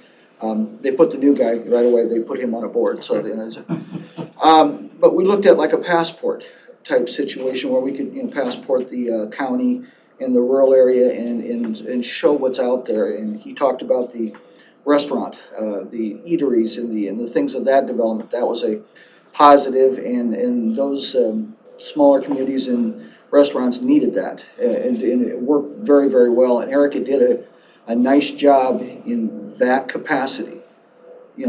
It's trying to find your role, your niche, and where you belong, and WIDA, there's a niche. That's probably the best way to describe it. I've studied since when I was up there, talked about entrepreneurial development, and there's this 3-legged stool, and I've read several books and gone to plenty of workshops, and the 3-legged stool, and Mike just hit on it. You first have your person who wants to make widgets or smoke salmon or something. They need a financial person to help develop, get some grant funding, some startup funding, work with USDA or SBDC or whatever. That's kind of what Shalimar does. But you also need a marketer. And no one person is good at all 3. They might be good at making widgets and finances, but they're probably a terrible marketer. That's where WIDA comes in to support that 3-legged stool of entrepreneurial development. So that's my piece, and that's what I've learned over the years. Yeah, well, I mean, obviously this is a time of transition, that's why I'm asking these questions, so don't think I'm one way or another on this. I'm just, we put, what, $60,000 a year or something like that into WIDA, and about $120,000 into. When we went through reorganization before, with input from supervisors, they asked why there was a conflict between Advanced Iowa, Southwest Iowa and WIDA because of the overlap. Well, Advanced Southwest Iowa has more researchers where they can go into helping establish businesses of some size and everything. But once the smaller businesses were established, they don't have any availability of finding out where other resources for those little businesses are. I think, if I remember correctly, in the last year and a half or so, Erica worked with those small and new established businesses over 200 times to develop extra resources, be there to help them, point them in the right direction and give them guidance there. So that's what we've been doing rather than doing the development of, of the businesses. Once they're established, Advance doesn't really have a ability to come in and give them a phone call away for a quick answer. And that's what we've been working, we're kind of more of a business to business.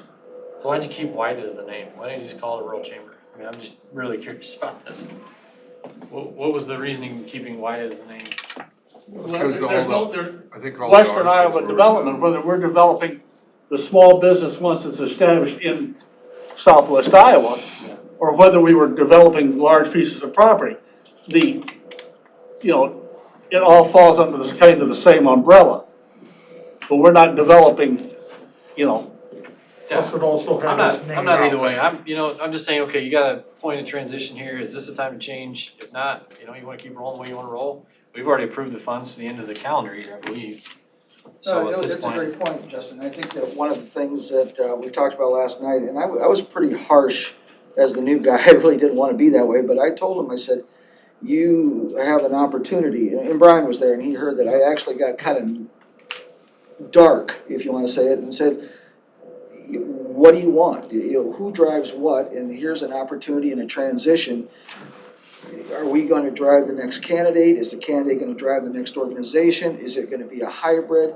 How do you want to continue? And some of the things in the past, in the year 2020, WIDA has done very well is that continuing to keep maybe that little hope process, that transition for the small rural communities and what's out there, especially on the levels of funding and that. Now, Shalimar does a great job too, and I've already turned to Shalimar in a couple different cases of need, but White has been more of that promoting, kind of keeping the name out there when everybody else thinks it's closed down.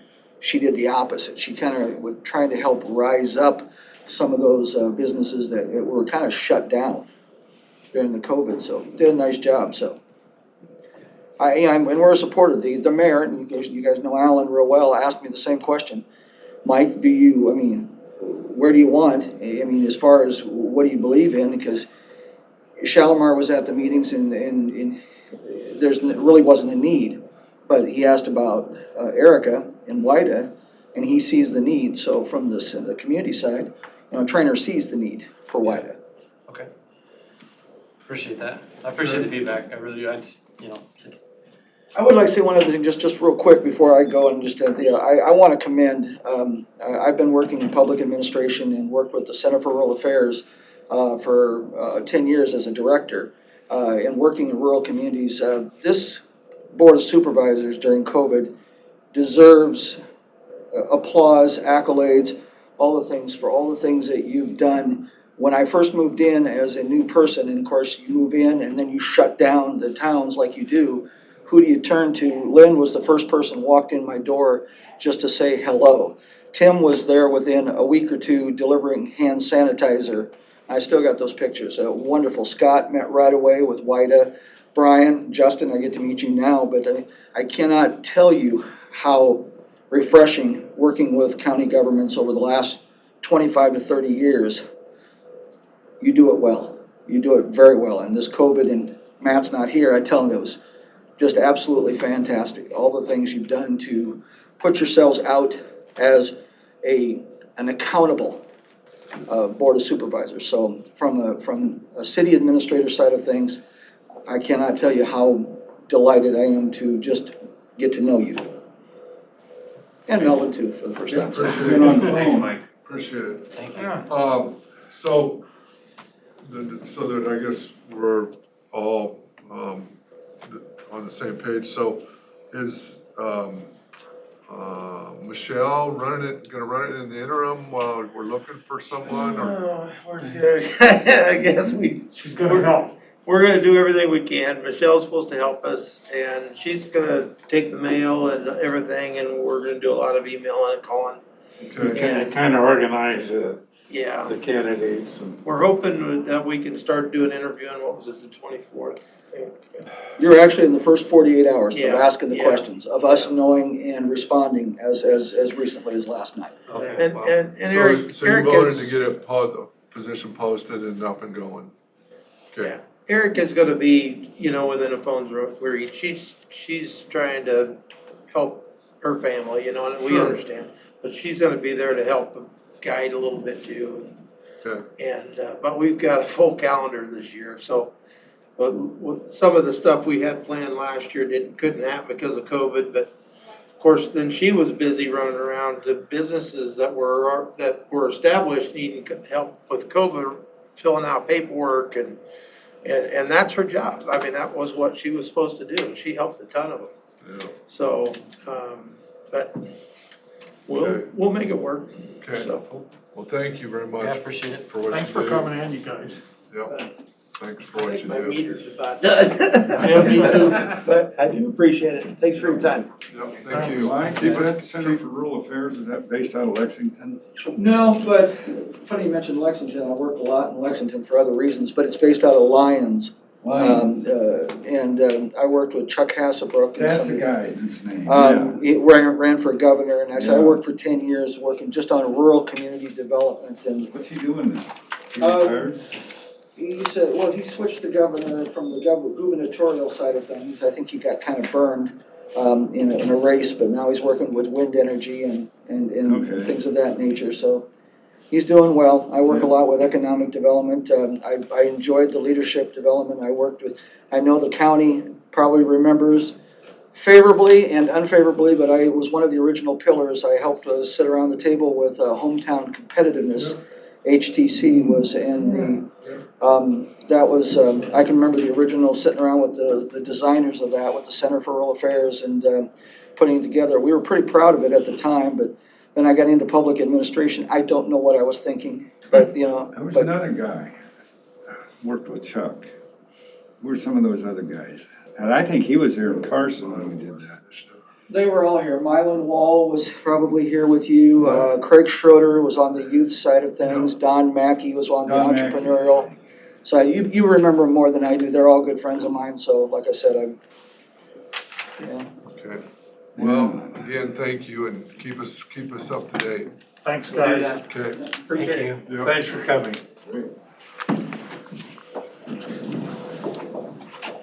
Okay. Open house for auditor assessment, city auditor's office, scan project with microfilm movie systems Inc. not to exceed $26,630. It's 27,000. His bid was closer to 23, but he. 27?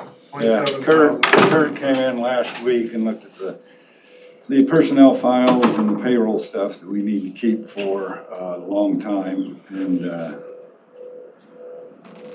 he's gonna come in next week. We can box them up and he'll haul them to Sioux City.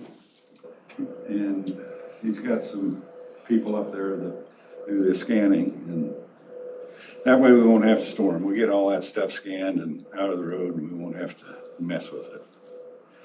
So. I have two questions for you, Mr. Howard. Once they scan those documents, can you throw them away? Yes, they will scan and shred. They'll never come back. Even the payroll record? Even yeah. Well, she has to keep 1 year, but we'll keep them here. I talked to state auditor, she needs to keep 1 year of paper. And then can she shred those after the? Well, then after we get them scanned, but that's what I'm thinking down the road, is that every year he can come back and scan maybe 20 boxes for $120 a box, and we'll just keep that. I think it'll be cheaper to have him do it than hire a part-timer to do it in-house, because there's staples, a lot of staples to remove, and there's an outfit in Sioux City, and it's kind of like a Vodek piece, and they'll pay these people very little. All I have to do is take staples out, and then they give them to the scanner. So I think really he can do it cheaper than we could. I just want to ask the question. So this payroll piece, is it already, when it gets turned into paper, is it coming off an electronic? Well, I'll have to ask Jenna You know what I'm clarify, saying? Is it yeah. getting produced electronically and then printed, and then we're saving it already? Is it already electronic going to paper? You follow me? I mean, why Yeah, can't no, Tyler I just, asked the same question, I don't know. why can't Tyler just dump that years? Is it already in Tyler? Or And I think- or whoever ESS or whoever the payroll people No, are. that is, but there's stuff in there that, years before, I think, needs to be. No, Yeah. But going forward, but the personnel files, I think, are, some of that Those stuff are is in hers, right? paper. Who keeps personnel files? Well, the You? personnel files technically are in the auditor's office. Okay, And some of those things, can be saved, even though if they're in paper, can be scanned in and saved into Tyler. We just don't use that feature of Tyler. Like there's a spot for disciplines or grievances or training documents, all kinds of things in Tyler, we just don't use it. So it would take, and Liz and I were working on that project before COVID hit, but we were running into problems where she couldn't see what I was saving and I couldn't see what she was saving. So something was not right There's about our issues permission. with, and I've talked to Jason and Dixie, when you're scanning into Tyler Content Management, sometimes it saves it, sometimes it doesn't. It's a little sketchy. And that's, so if you're, Have we contacted them? Tyler, About I'm that? sure, oh yeah. Yeah, I think we need to look into it more because I know there are other organizations using it, but, because you're talking about old personnel files, right? Old, Norman? yeah, these things, What I'm these are looking old. at today and going forward, Yeah. what, do we need to continue to do this paper scanning and that whole deal, and is it? It'd be nice to be done with it. Are we missing Well, yeah, something? I think that's something would happen, but I think some paper does come out. How much, I don't know. Maybe they could just turn right around and scan it. But Jenna and Audrey would have to explain their processes better than I could. So, But as far as this historical stuff, there's drainage records over there that have to be kept permanently. And the personnel records that are over there have to be kept for 75 years. Personnel records have to be kept for 75 years? According to the record retention manual, that's the way I read it. so, That would probably say somewhere in the Iowa State Code, shouldn't it? Yeah, no, I was just looking at the record retention manual and it said 75 years. I mean, I guess if they're scanned in, then what did we have them so it can be shredded? We don't need to keep the paper copies for 75 years. Yeah. So- But as far as going forward, we'll have to see how we can Do that. produce as little bit of paper as we can. Yeah. and then, But this will get all that stuff out of that second floor of the services building. so, I don't know, because I just don't have the rules, I've said that so many times today. Well, and there's some little But I think vague too. I think this may be a potential reimbursement from one of these buckets of money, I Yeah. think, so. Can I ask this? Security? Yeah, and this is Kurt, who's done all that work for the recorder and did all his book scanning. But yeah, all those guys, we'll have to have a business associate agreement with them for PHI and PII, public health, personal health information and personal identifiable information. And so they will be HIPAA compliant, and so we'll have to get that BA agreement signed with him, and he does it. You know, they do hospitals and schools, and they'll haul this stuff off. Conica Minolta would haul it to St. Paul or Minneapolis and scan it there. Well, they'll just burn it. Or maybe.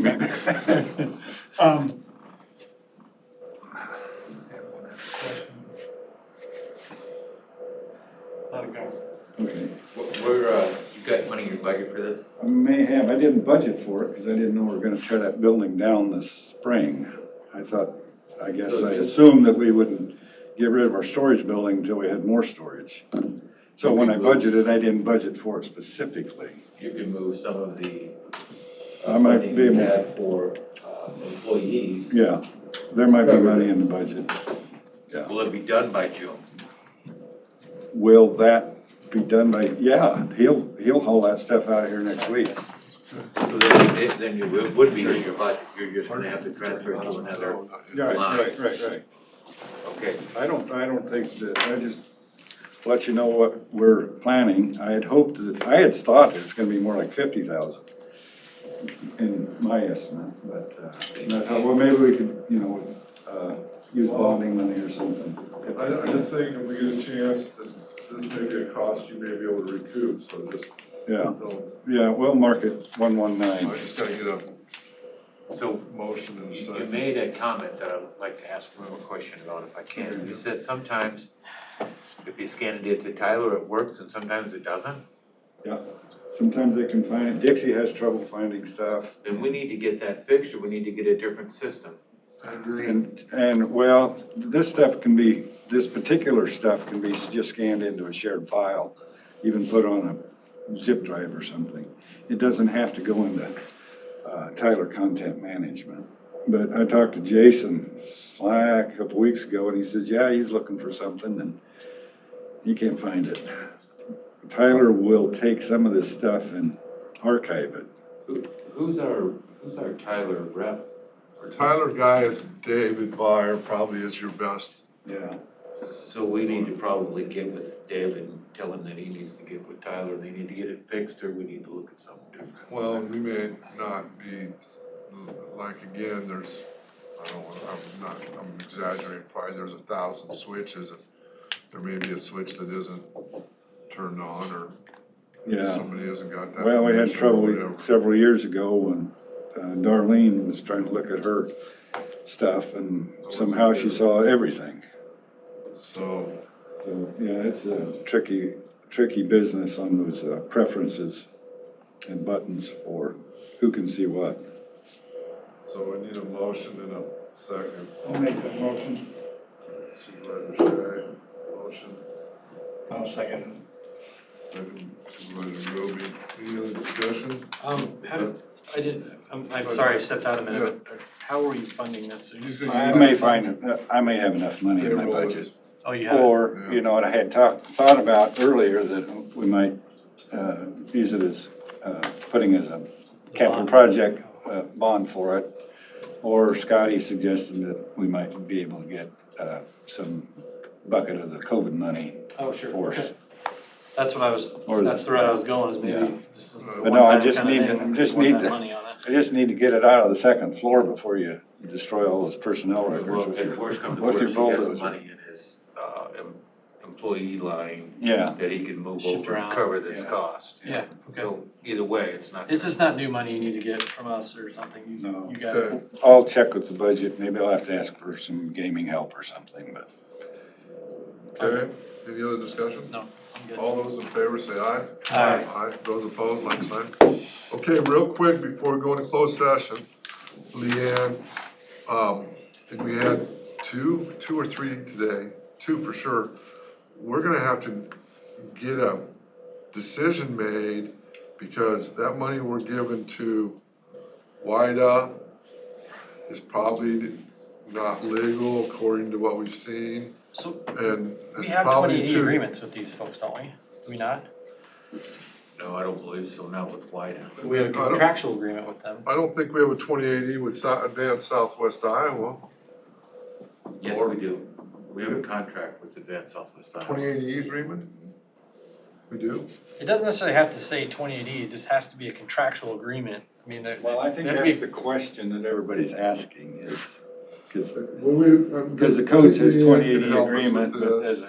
Get an answer, because, we don't have I know we don't have one with the Leadership Academy. And I know we didn't when we were doing what were we doing with the ROTC and some of those other ones that we have. I don't remember doing one with PACE. We don't have one with the Avoca Betterment Group. No. We don't have one with, Historical Society either, I don't believe, do we? Melvin? 2080 agreement with the Historical Society of Avoca. We don't have one with that. I don't know if, there might be You know, we get there might be a $20,000 a contractor. year for that courthouse. in Right, Avoca. but here's, okay, so So everyone, we have a everyone needs to motion. take a step back for 1 second, because we can also contract service with anyone we want. So Well, although that's it's what- being seen as a gift and we're talking about donating and things like that, if PACE is serving a function of county government, which we can argue that pretty simply, we can contract with PACE to do these services for the community. Like Okay. that's all that rule says. I mean, it said it, in that second paragraph, it said, you need to either have a 2080 agreement or some type of contract, and it kind of spelled that out. Letter I forwarded It was you in the letter yesterday? you sent. Okay. Okay, well, But I also want to read the rest of that court case, because there's probably a lot more going on in that we need to understand too. I mean, Yeah. that's a line from a court case in 2008. I mean, it's 13 years ago now. I mean, there may have been some other things. okay, well, Well, Mitch, that's if you you. wanted to look Mr. in the Sands wants to supervisor's do this. budget and see what we have contributed to, and then put a little question mark by any organizations it looks like we may not have I mean, we did it with agreement, and find if we do have it, Boys then Town. Andrew should have an agreement, yeah. And then Andrew, Leanne, Dream Playground. you know what We've we're, been audited every year and it's never come up, so. Well, right. Well, yeah, but- I think it's somebody just, I don't know, I just think, I think we're doing a great thing and I just like to keep right on doing it. okay. All right, Okay. I'll make a motion to go into closed session. Motion We voted on by, the last one? what's Yeah, that? everybody. Okay, we did. I'll second it. Motion by Supervisor Wickman, second by Supervisor Schultz, going into closed session, roll call. Chairman Belt. Aye. Supervisors Grilby. Aye. Wickman. Aye. Schultz. Aye. And Shay. Aye. I like to take 5 minutes. I do too. 5 minutes. Somewhere.